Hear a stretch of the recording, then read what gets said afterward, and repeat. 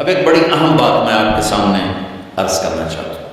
رمضان کی دولت کس سے ملے گی؟ رمضان کی برکات کس سے ملیں گی اور کون محروم ہو جائے گا؟ آپ نے فرمایا 4 آدمی ایسے ہیں جن کی رمضان اور شب قدر میں بھی بخشش نہیں ہوتی، بس اس سے ہم اپنے آپ کو بچا لیں۔ کون ہے یا رسول اللہ؟ آپ نے کہا مدمن خمر، شراب کا عادی، کبھی کوئی پی لے توبہ کر لے، میں اس کی اجازت نہیں دے رہا ہوں۔ مدمن کا لفظ ہے جو روزانہ شراب پیتا ہے، اس کی رمضان میں بخشش نہیں۔ عاق لوالدیہ، جو ماں باپ کا نافرمان ہے، اس کی بخشش نہیں۔ قاطع الرحم، رشتہ داروں سے لڑنے والا، اس کی بخشش نہیں۔ المشاحن، دل میں بغض رکھنے والا، اس کی بخشش نہیں۔ ہر وہ چیز جو میرے آپ کے لیے نقصان دے، اللہ نے حرام کر دی۔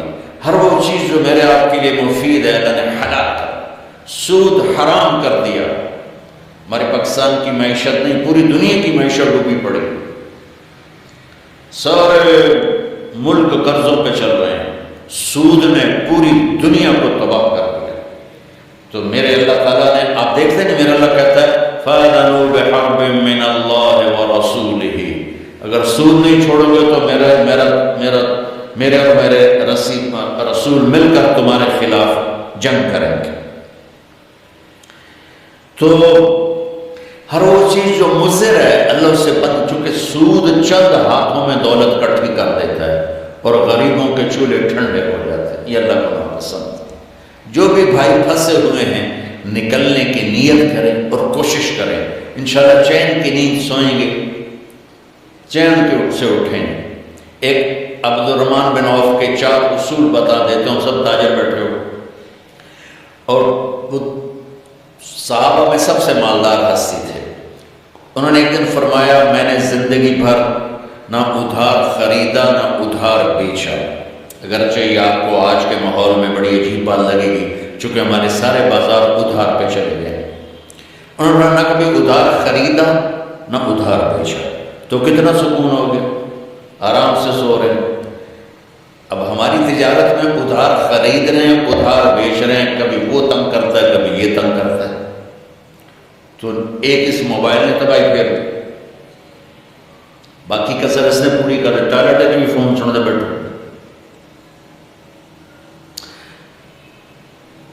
کبھی سٹاک نہیں کیا مال کو، کبھی سٹاک نہیں کیا، جو ہی نفع ملا فوراً بیچ دیا۔ واہ واہ! تو ادھار خریدا نہیں، ادھار بیچا نہیں، 2 کبھی سٹاک نہیں کیا، 3 اور کبھی سودے کا عیب چھپایا نہیں۔ اس میں کوئی عیب ہے بتا دیا، آپ اس پہ آ جائیں، آپ کو شروع میں مشکل ہوگی، اس کے ساتھ سچائی اور دیانتداری کو جوڑ دیں، اللہ کی قسم آپ کا سوتر منڈی جانا بھی عبادت بن جائے گا، آپ کا مل میں جانا بھی عبادت بن جائے گا، اگر آپ اپنے تجارت کے ساتھ سچائی اور دیانتداری کو لے آتے۔ تو اللہ نے شراب حرام قرار دی کہ یہ تباہ کر دیتی ہے، ساری برائیوں کی جڑ ہے۔ تھوڑا سا اوپر دیکھیں قرآن کیا کہتا ہے، اللہ تعالیٰ کہتا ہے یہاں نہ بھی تو مجھ سے قرآن سن، کیا ان الابرار یشربون من کاس کان مزاجها کافورا عینا یشرب بها عباد اللہ یفجرونها تفجیرا یوفون بالنذر ویخافون ویطعمون الطعام على حبه مسکینا ویتیما واسیرا انما نطعمکم لوجه اللہ لا نرید منکم جزاء ولا شکورا انا نخاف من ربنا یوما عبوسا قمطريرا فوقاهم الله شر ذلك اليوم ولقاهم نظرة مسرورا وجزاهم بما صبروا جنة وحريرا متكئين فيها على الأرائك لا يرون فيها شمسا ولا زمهريرا ودانية عليهم ظلالها وظللت قطوفها تذليلا يطاف عليهم بآنية من فضة وأكواب كانت قوارير من فضة قدروها تقديرا يسقون فيها كأسا كان مزاجها زنجبيلا عينا فيها تسمى سلسبيلا ويطوف عليهم بلدان مخلدون إذا رأيتهم حسبتهم لؤلؤا منثورا وإذا رأيت ثم رأيت نعيما وملكا كبيرا عاليهم ثياب سندس خضر واستبرق وحلوا أساور من فضة وسقاهم ربهم شرابا طهورا إن هذا كان لكم جزاء وكان سعيكم مشکورا. یہ سورہ طه کی 16 آیات ہیں. ان میں اللہ نے صرف ایک نعمت کو ہائی لائٹ کیا ہے، وہ ہے شراب، اور 3 درجے بتائے ہیں کہ جو نیک لوگ ہیں وہ شراب پئیں گے، خود اٹھا کے سراہی اٹھائیں گے، جام میں ڈالیں گے، پئیں گے. بوفے سسٹم، بھئی آپ پہ بہت ہے، آپ پہ کھاؤ. ہیں ان کے بھی نوکر، لیکن اللہ کیٹیگورائز کر رہا ہے کہ جو نچلا درجہ ہے وہ خود اٹھا کے پی رہے ہوں گے، کافوری ہو. وَيُسْقَوْنَ فِيهَا كَأْسًا كَانَ مِزَاجُهَا زَنْجَبِيلًا.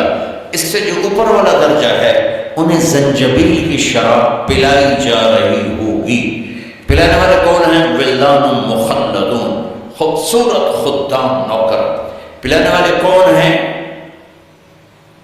اب یہ تو اتنی مستورات بیٹھی ہیں، جنت کے حوریں، وہاں سوپن پڑا کوئی نہیں ہوگا، خوش رہو. اور میرے نبی نے فرمایا تمہیں پتہ ہے وہ کن ہاتھوں سے تمہیں جام پکڑائیں گی کہ اگر اس کے ہاتھ کی انگلی کا یہ فنگر ٹپ سورج کو دکھا دیں تو سورج نظر نہیں آئے گا. ان ہاتھوں کے ساتھ وہ تمہیں جام پیش کریں گے.